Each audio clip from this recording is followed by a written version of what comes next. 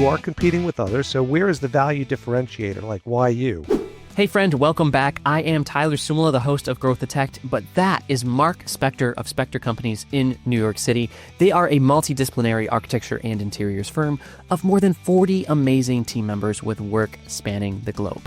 But today, we actually get the pleasure of going behind the scenes on a project that Marc and his team won in the Seagram Building, completed in 1958 and designed by everyone's favorite Mies van der Rohe. So Marc shares today how they got a leg up in the RFP process, what they did to win the project without ever showing a design concept, and how they collaborated with the client and the project team to overcome a few of the ghosts that Mies left behind. And before we get started, a quick shout out to The Studio, my private membership for growth-minded architecture firm owners and leaders. Inside The Studio, you'll access proven strategies, resources, and an unmatched community of peers to help you attract and win high-quality clients consistently. If that sounds like you, apply to join at growthtech.com/studio. That is growthtech.com/studio. And now here is the show. I'm so excited to have our first FAIA guest. I think you are the first. Someone's going to email me like upset that maybe you're not, but I think that you are. I think that you're the first FAIA guest I've had on the podcast. But also, you're definitely the first fellow Wolverine, fellow Michigan man. Go Blue, man. We had a good season. That's right. So you've already got the Michigan helmet in the background, but it's very importantly accompanied by the Emmy. I need to know the story behind this. So you've noticed that. I did. So it's not often that we see architects with an Emmy in the background, so I have to know what's happening here. So I did win an Emmy for my appearance on one of the episodes of George to the Rescue. It's an NBC show where the architect comes in and we design residential locations for families of need. And so one of my appearances won an Emmy along with others that were on that particular episode. And so there it is. That's amazing. Super excited, and continue to do great work with NBC as well for more episodes with George Oliphant. That's awesome. Well, to add to the excitement, because we're not gonna stop here. We're actually talking about a Mies van der Rohe building here. I'm so, like with another first. Like, it's not often that we get to talk about people doing work in really famous buildings. So I mean, there's not going to be an architect listening to this that doesn't know what the Seagram Building is. But you actually got to do a project in the Seagram Building, and we're going to talk about how it came to be, how you won it, and how you executed it. So I'm super excited. Can you please introduce us to this project that you did at Seagram? The Seagram Building, as you know, is a Mies van der Rohe building designed in 1958. For its time, it was the most modern building in the Bauhaus movement. I studied this building, in high school and really in depth, at the University of Michigan. And when you have an opportunity to actually work as an architect on the creative side in a building that you've admired for so many years, not just that it's on Park Avenue in New York City, but having really studied it and understanding the theory behind the design of this building, its structure from top to bottom, almost like a thesis. It was part of the excitement of having the chance to really bring our design to an unbelievable firm that we worked with that appreciated our love for this edifice. And I think that had a lot to do with us being selected in the end, not just for our creative slant on modern office design, but the passion shared for this unique landmark building. That's awesome. Well, tell us a little bit about the project itself and like the client. So the client is a large private equity firm called Advent International. They have offices all over the world. They're headquartered in London. They have $93 billion currently under management. So they're one of the larger private equity firms, and they travel in various buckets of businesses. They are culturally grounded in execution, perfection, partnership, and operational excellence. And so listening and learning about this company, we responded with a creative that was beautiful, elegant, not over the top, but took advantage of the canvas and the bones of this building in a manner that had not been done before in the Seagram Building. And when we went down the path to kind of show what we were looking to do here, there was pushback, like, are you really, really going to do this? And given the fact that we've got, remarkable technical expertise, an incredible construction team, owner's representation team on the project, we were confident that we could pull off what we were looking to pull off here. But you need to get your client on board for this. Sure. Yeah. And so the hardest thing. Yeah. it's the hardest thing. Yeah. And so we were able to do that through a series of, renderings and vignettes and fly through animations, just to be able to show how we're going to marry this landmark modern building to accept this very, very unique creative workplace. And we did a lot of that in theory before we were selected. It's part of the process of engaging and collaborating with a potential client. So there you build a trust factor before you actually are engaged to commence to do the work. Was it an RFP, RFQ? Did they reach out to you? What did that look like? So we were invited by the real estate team, Open Impact in New York City, who represents Advent International, to participate in an RFP process. And so we do so. In our profession, it's part and parcel of doing business, particularly in New York City, where you receive this document and then you respond to it with processes and photography of similar like-minded projects, your fee proposal, all in an effort to get to a point where you'll have the opportunity to meet and sit down with the client. Yeah. So you didn't get to beforehand, just to make that clear. Like when you get the RFP, there's no engagement with them beforehand. You're kind of trying to read between the lines to figure out what it is that they need and want. Is that correct? Yes, typically, but in this particular instance, we had the opportunity to meet with the client to kind of get an understanding of what they were looking for. This was before they even started to canvas for any type of real estate. And so, but it was a brief meeting. We offered our assistance to them, in addition to their phenomenal brokerage team. If they wanted us to come to different locations just to kind of kick the tires with them to say this could work or this is not going to work here for a variety of reasons. Each building in New York City is completely different. Whether if you say a building is 35, you're looking for a space of 35,000 rentable square feet in New York City, that building, that square footage lays out completely different in every different location that you're going to. So they took advantage of that, really me personally. And we spent some time together looking at, different locations. And then the relationship, was born just in its infant stage. And so we knew we were going to go through the RFP process, but we felt good about where we were standing. Yeah. Well, that's really important though. That's a huge leg up, not necessarily like against the competition, but that's a huge opportunity for you to build that trust and that relationship with those people. So maybe if we backtrack, I'm just curious, like, how did you get yourself in a position, right, where you're the go-to person and you're open to like offering up your help and your assistance to them as they're just exploring possible spaces? So Tyler, that's a good question. And I'm one of those leaders in the profession in New York City that are more than willing to kind of help. How can I help you make a decision? And that's not time that we actually, are invoicing for. We're not on the clock yet.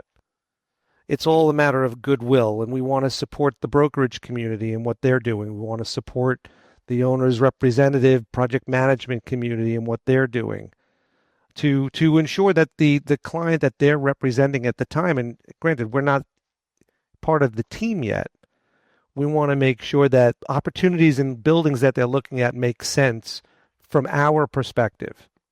We're not involved in lease negotiations and cost per rentable square foot of rent. That's not us. We just want to make sure that there's enough eyes on it to ensure that this could be the location for them. And we do that all the time. I spend so much time with various individuals and various businesses just looking at real estate and just opining on what could be there from a creative standpoint. We had a client, Audible. You might familiar with Audible, the audiobooks. We designed their campus in Newark and created the Audible Innovation Cathedral, which we converted a landmark church, combined it with two buildings into this remarkable location for 500 of Audible's best technologists. And I remember walking into this 1918 church that's been vacant for 40 years, vacant for 40 years, and walking in with leadership from Audible. Well, what are we going to do here? And I gesticulated, and I'm like, why don't we build an endoskeleton in the sanctuary space here? And it's a landmark building, but we can do it, and all these crazy things that will like, what are you talking? What? And sure enough, it got executed because it was just my time and just how I think and what I'm able to vision and see really enables people. It gives more credibility to a location and certainty that something can get done. I'm just happy to support those that are actually involved in that early on. Yeah. I mean, but psychologically, them, let's say you're doing this, for free, essentially to help them. A very important part of the business development process, right? Just you basically networking and connecting and helping and inviting yourself in to the door to have these conversations. But what's really important about those conversations, if you're involved with them, especially if you're there to kind of, just give an idea of what could happen there, that's what they're picturing when they sign into that space, right? Or when they purchase that space. So that's immediately what everyone, whether they realize it or not, right? Subconsciously, that's immediately what everything is being evaluated against. And you have that almost that anchoring effect, right? By being the first one in the door to kind of already say, this is what I think this space could be for your particular situation based on the conversations that we've had. So it helps. And you would be surprised that the end product reflects a lot of what was initially discussed. It's fascinating to see that, and I track that. When I come up with a concept and thought, I write it down or I sketch it, and I maintain all those sketchbooks over the last 30 plus years of doing this. And it's so fascinating to go back and say, oh my God, what that thought really translated into this finished product before we even got into the relationship. And that's always fascinated me, is that, wow, okay, maybe we did point the needle in the right direction here initially. Yeah. Yeah, that's all. I mean, it sounds like it's closer than a Frank Gehry, sketch. That's done, I'm sure, after the project is over, but that's up for debate, I guess. But well, I'm curious now. Now coming back to the Advent space, obviously we're working with a historical building, and it has a ton of significance to it, not just history in general, but obviously to architects, like you were saying at the beginning, like as an architect, getting to work in the Seagram Building, pretty amazing. I'm curious, what were, the biggest challenges that you encountered while putting together what this could be for the client? Again, another very, very good question, because I do not believe that when Mies van der Rohe, and again, he did collaborate with Philip Johnson, to design 375 Park, did not anticipate in the future that current architects of this day and age would be so aggressive in reorganizing and restructuring parts of this building to accept a commercial workplace. And so we had to spend a fair amount of time to confirm before we said, let's really go, that can the building accept what we want to do here? And so we worked with the original, structural engineer of 375 Park, who knows the building. And remember, you're also dealing with a landmark structure here. And in the city of New York, there's a lot of limitations of what you can do in a landmarked building. And the current owners of the building, RFR, as I'm sure you know, maintain a very high standard and protocol of what you can and cannot do inside this building. It's very interesting because if you look at the Seagram Building and you understand and you look at it particularly at night, you look up the facade, you'll notice every floor, the lighting, the grid of lighting looks exactly the same. And that's because each floor, they're landmarked, are 10 feet of an illuminated ceiling system. That's all of the same Kelvin temperature, which is the color of light. So when you're standing there at night, the building looks completely uniform up to a 10-foot point of departure, and then the interiors become more custom. So we were dealing with this remarkable limitation, but it wasn't a limitation. It was more of a challenge of, all right, let's create this remarkable workplace that will align with the landmark stature of this building and not fight it. We don't want to fight it. We want to complement it. And so the space itself is very simple in its palette and its organization. The big, bold move that we did here was to create a 2-story vertical campus for this reception zone, but not your typical rectangle removal of slab. We decided that the best way to create something of significance would be to do it in an ellipse. And when you introduce an ellipse, it's like introducing, a square peg in a round circle. Almost literally, yeah. Literally, how are we really going to do this, given the structural limitations of this building? We're in a mid-floor, floors 14 and 15. We've got multiple floors above that loads are coming straight down. And so we had to come up with a creative way to transfer loads to get this rounded ellipse in place with a beautiful communicating stair that's also in the ellipse. So it's a radiating ellipse of a creative for the center part of this floor. And so we were able to do it. And we modeled it in various softwares that we use to confirm that the loads can be distributed and repointed without upsetting the integrity of the building itself. If you were doing this at a top floor, you'd only have to deal with the roof structure that you're talking about. But because you're doing this in mid-floors, you've got a lot of load you've got to move around and transfer. But we were able to accomplish it. We have some phenomenal construction photos when we started to dismantle this place during construction. There's one thing seeing it in 2 dimensions and in 3D models and in renderings and structural engineering drawings, and sharing that with the client and your colleagues here at, in the office and your engineering team. It's another thing to actually go in and begin to dismantle this space, the interstitiary floor between, let's say, 14 and 15, and to watch it all unfold and to pray, to pray that this is going to work. Yeah. It works on paper. Okay. It works on paper. We know it does. We sign and seal it. We know it does. But then to actually touch it and to feel it and then to expose the history of this building in a manner that it wasn't meant to be when it was originally designed is the most emotional, fascinating experience as an architect.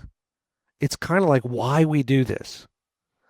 And it revealed itself in such a manner that it was like living art is just the way to explain it. You're creating art within this masterpiece of a building, and it's just fluid. And thankfully, we have the entire build on video. We had cameras all over the office space and constant video being filmed every day, all day during the construction. That's now kind of being, put into what's going to be this documentary style video for the client to have in perpetuity. Oh, that's awesome. I was just going to ask if it was available on the website or something. It will be. It's not done yet, but it will be. Cool. Yes. Yeah. Well, to everyone here, just to tease you, Mark sent me pictures beforehand. It was, I saw the construction photos, which were amazing, but there's just a gorgeous white column that I don't know if that was the plan from the beginning or not, but that remained in the design that I'm sure there's other components to it, but my eyes were just glued on this amazing column from the Seagram Building that obviously was meant to remain in some way, but became like a focal point. It did. And it was intumescently painted to maintain its fire rating. Yeah, Because yeah. a lot of these columns in these Bauhaus steel buildings back in the 50s, were either wrapped in terracotta to maintain its fire rating, only to then have developed intumescent paint where you can then see the steel, the rivets, the structure, the connections, all within the confines of the proper New York City fire rating. So now you're experiencing the rawness of the building itself juxtaposed against this very beautiful modern interior. So there was that push and pull of the history to the workplace and how we align them together, and that column kind of bridges that in this experience. All right, just one quick detour. Growth minded firm owners and leaders, I need you to listen up. What if you had a reliable way to attract ideal clients, communicate your value, and have a heck of a lot of fun while doing it? That's exactly what you're going to get inside the studio, my private membership with some of the world's best firm owners that has quickly become my favorite place on the internet. Inside, you're going to get access to more than 100 proven sales, marketing, and social media growth hacks designed specifically for architecture firms.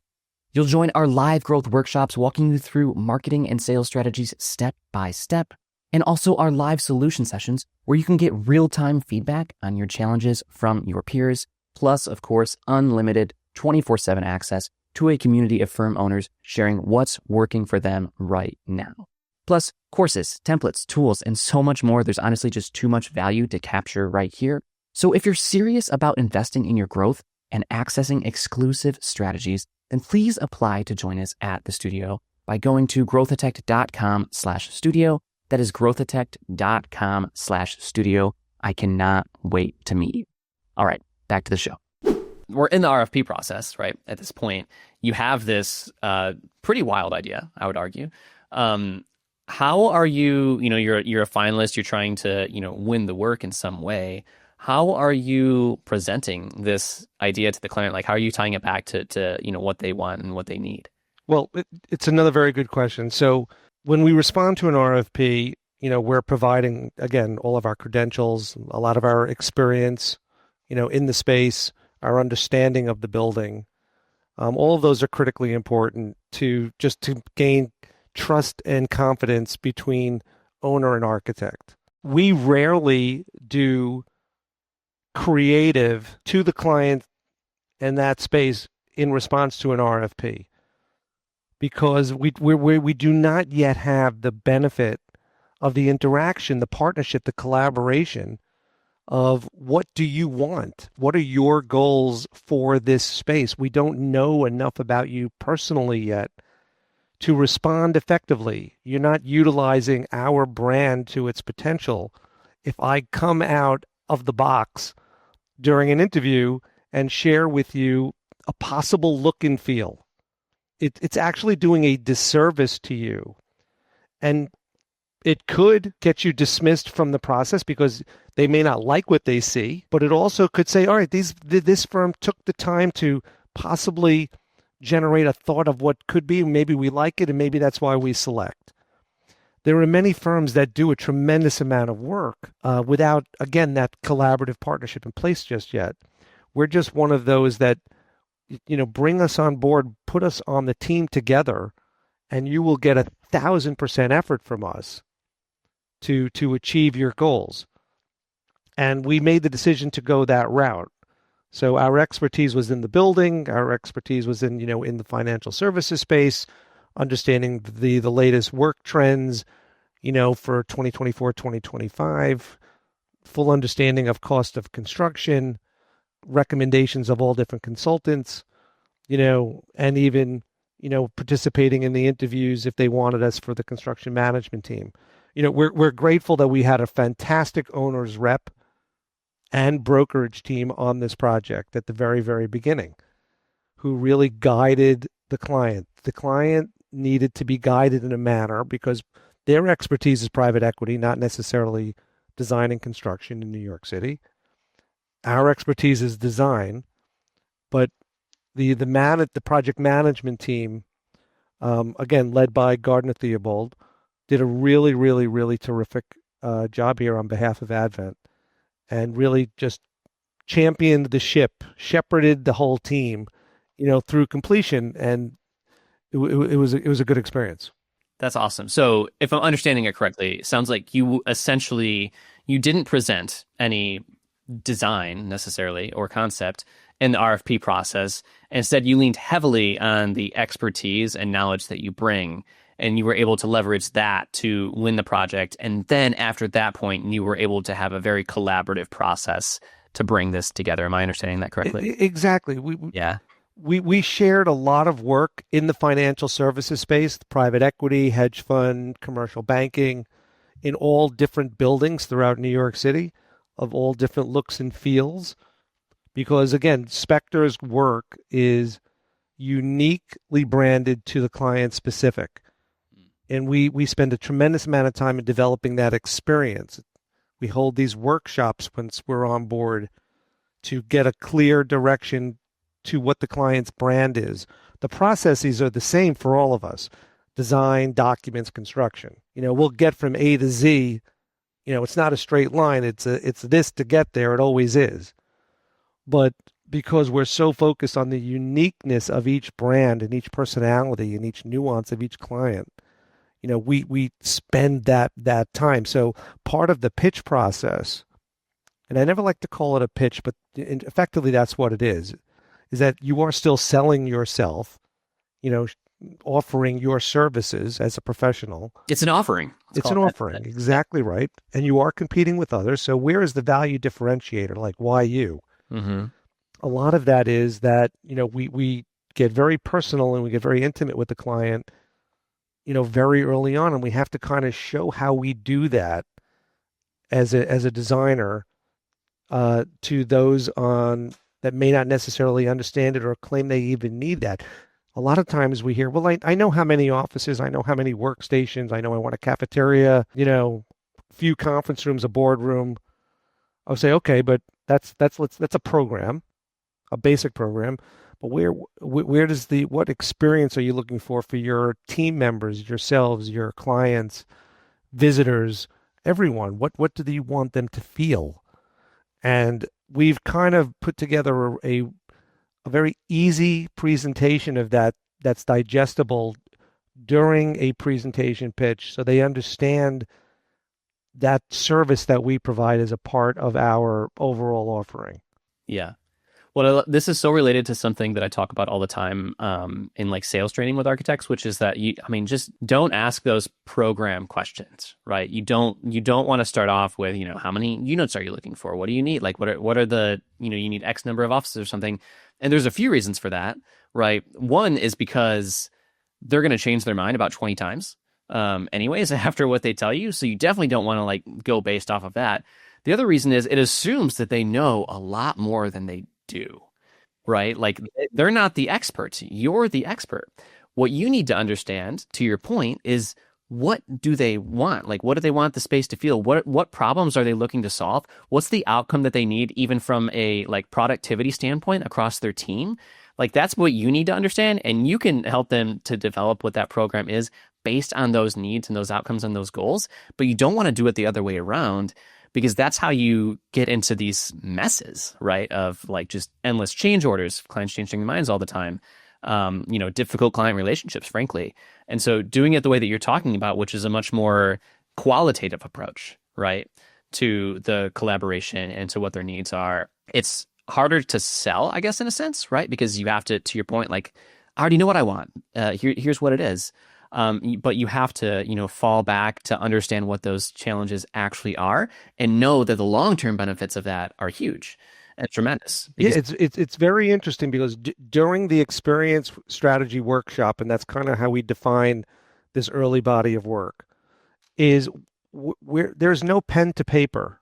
We're not laying any spaces out. This is just all about understanding the cultural feel that they want for their team. And it's a very revealing experience. And, we've had such great success with this. And then once that is in place, the program kind of dovetails in. And that's when the creative process starts. Now, putting that aside for a moment, when we are in the early stages of helping, let's say, the brokerage community, with what they might need and identifying, does this space fit. You always hear the concept of a fit study. What's a fit study? We call it asset strategy. It's just a fancier name for fit study, but asset strategy sounds better. It does, yeah. So there you go, Tyler. You get asset strategy. Asset strategies.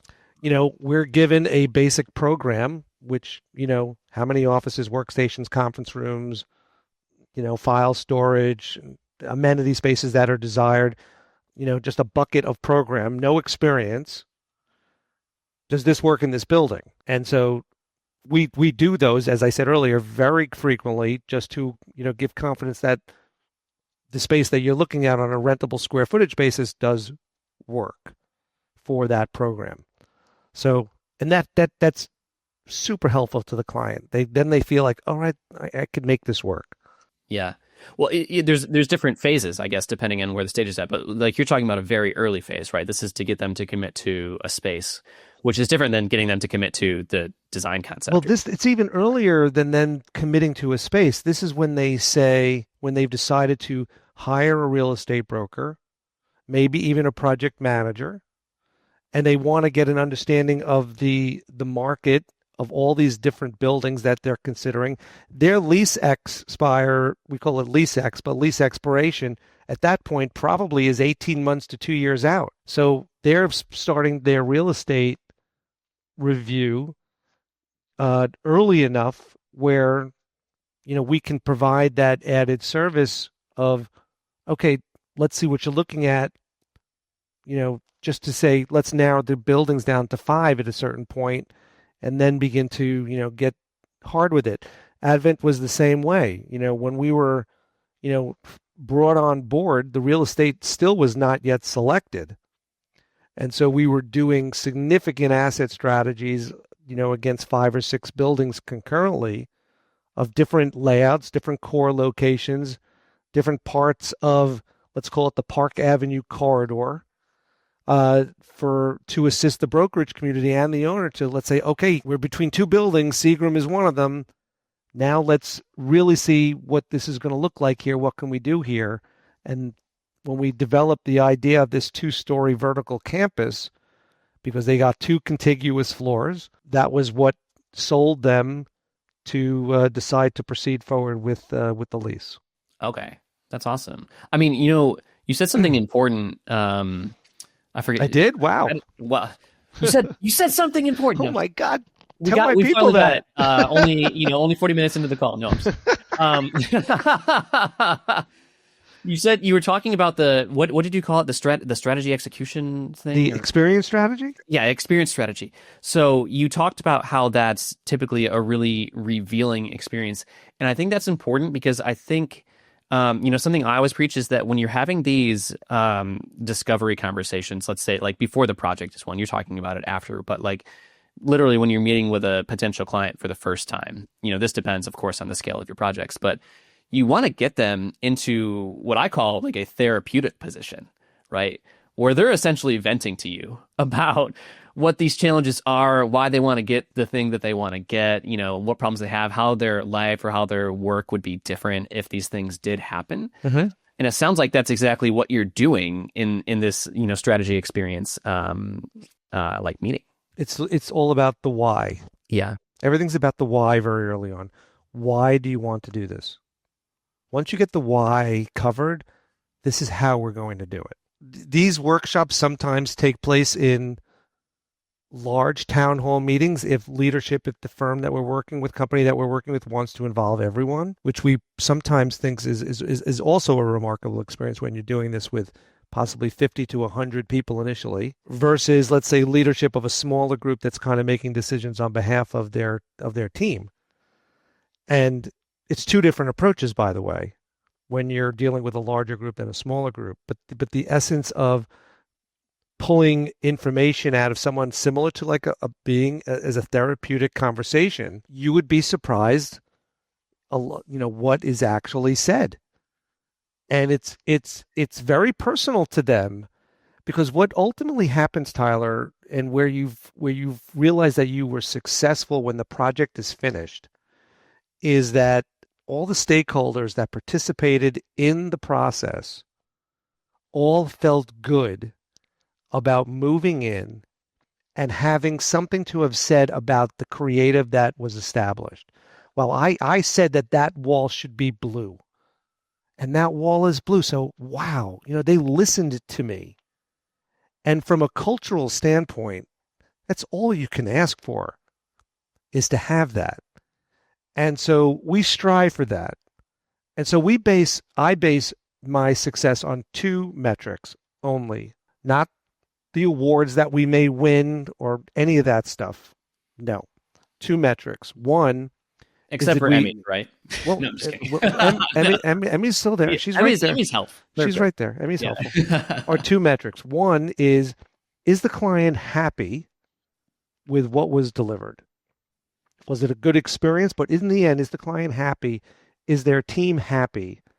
And will their team be more productive and enjoy coming to the workplace? A lot of what we're doing post pandemic is creating spaces where people want to spend their time there versus being more, let's say, remote. And there's a move to that. We should all talk about that. There is a move to being more live in the office now. The other metric of success for me is, do I have relationships with clients after projects are finished that have turned into friendships? And I can say a lot of my closest friends in New York and other cities started out as a professional relationship, even responding to an RFP. And now we're just friends. Do we talk about design? Do we talk about what happened back then? No, it's when that moves into a friendship mode, I feel I've done my job. And to take it even further, a space that I finished 11 years ago for a client here in New York. His name is Mitchell Weiner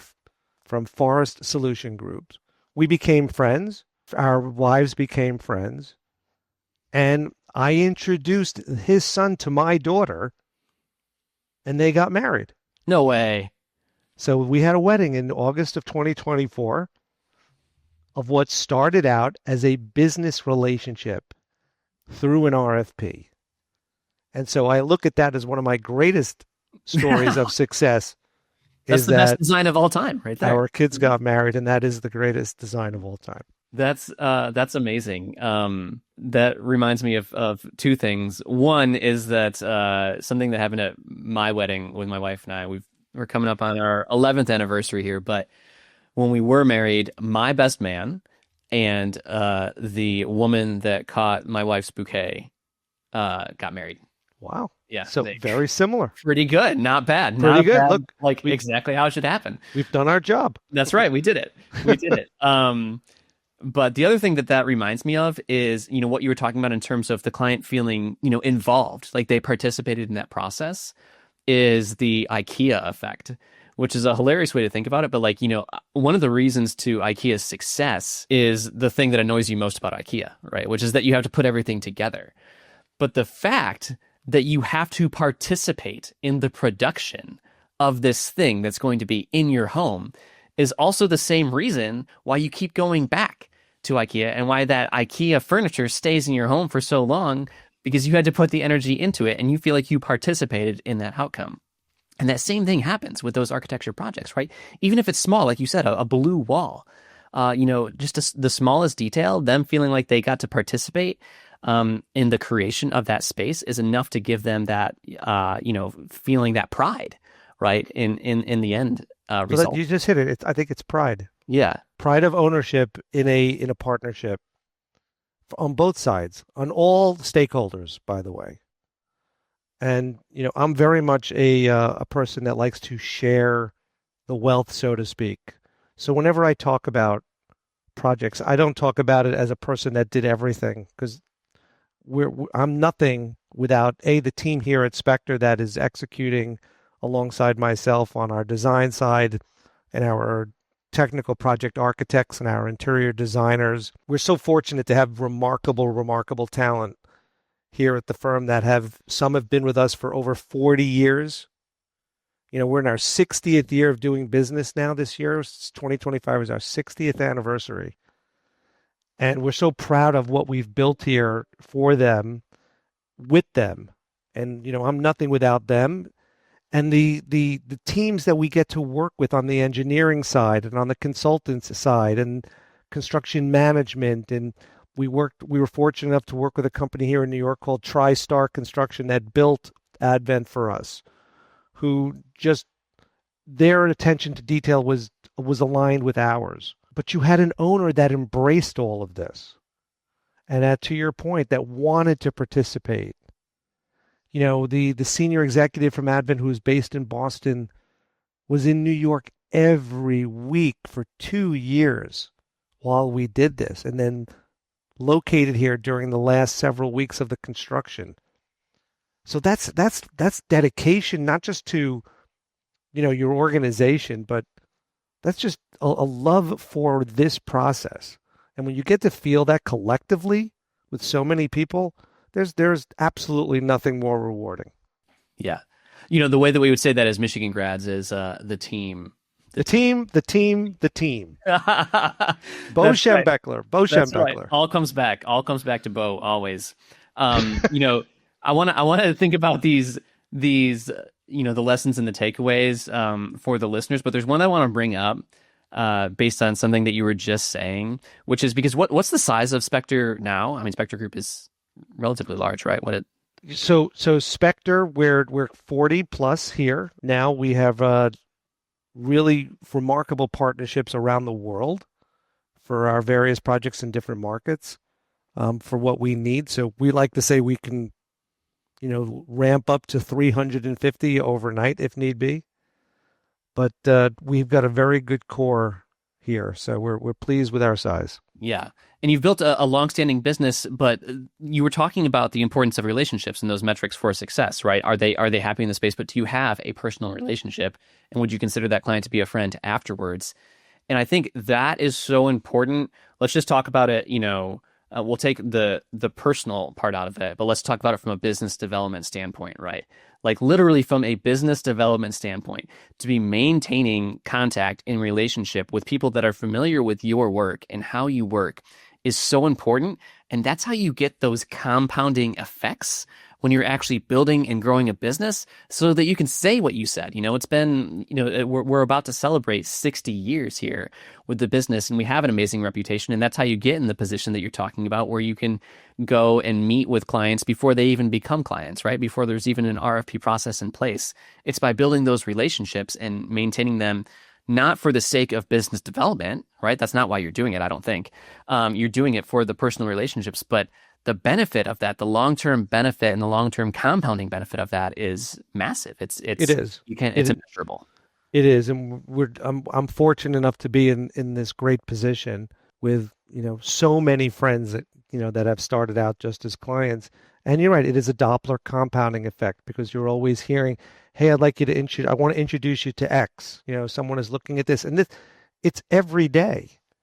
And so it just reinforces the model that we have in place, that brand and reputation are everything, and how you conduct yourself personally and professionally, especially on the ownership side, is everything, and must always be front of mind and can never be compromised for anything whatsoever.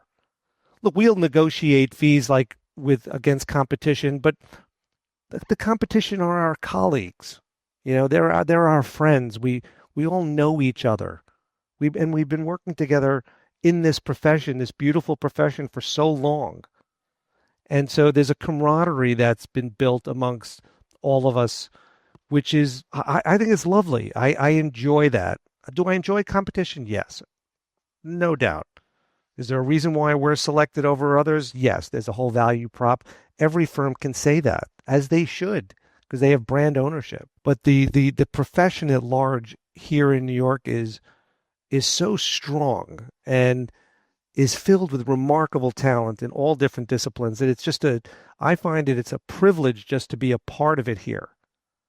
And at the level of success that we have achieved, over the last 60 years. That's beautiful. I almost want to end it there, but I don't, because I want to ask you one more thing. What would you consider to be? I mean, I think that's a huge takeaway, right? You said, brand and reputation. That means everything when you're building a business. But, relative to the Advent project and the lessons that you learned there, what would you consider to be the biggest thing that you're going to carry forward with you and that you would also tell other architects to consider? So Tyler, that's a really good question to end on. You need to treat each client, each opportunity as an individual case study. They have their own individual ethoses, their own language, their own expectations of what they're looking for from their design professional. That's not their business. But we want to be able to show and to portray that design will elevate their experience for what they're seeking for their workplace. It's all about substance for us. It's not about just playing at the surface. It's all about substance. And if you take that model, that protocol, it will translate to all your different project types and even different practices within your firm. And that's the culture that we built here at Spector, is that each client, each project is unique unto its own circumstance. And we dive into it, we understand it, and then we follow our protocols. I don't have anything to add to that. Treat those projects, treat each client like a case study. Marc, thank you so much. Tyler, this was great. I appreciate it. Talking about Michigan and for sharing, Mies van der Rohe with us. We love to hear it. It's an honor to be able to say I'm sharing Mies van der Rohe. That's right. It really is. It's kind of crazy if you think about it. It is wild. Thanks so much, Marc. Appreciate it, Tyler. All right, Growth Detect, thank you so much for tuning in. If you are enjoying the show, then please share it with a friend and leave a review so that other amazing architects like you can find us. And if you're ready to attract more clients, confidently communicate your value, and do so with the support of other amazing firm owners, then we want you inside the studio. You can apply to join today at growthdetect.com/studio, and I'll see you next time, friends.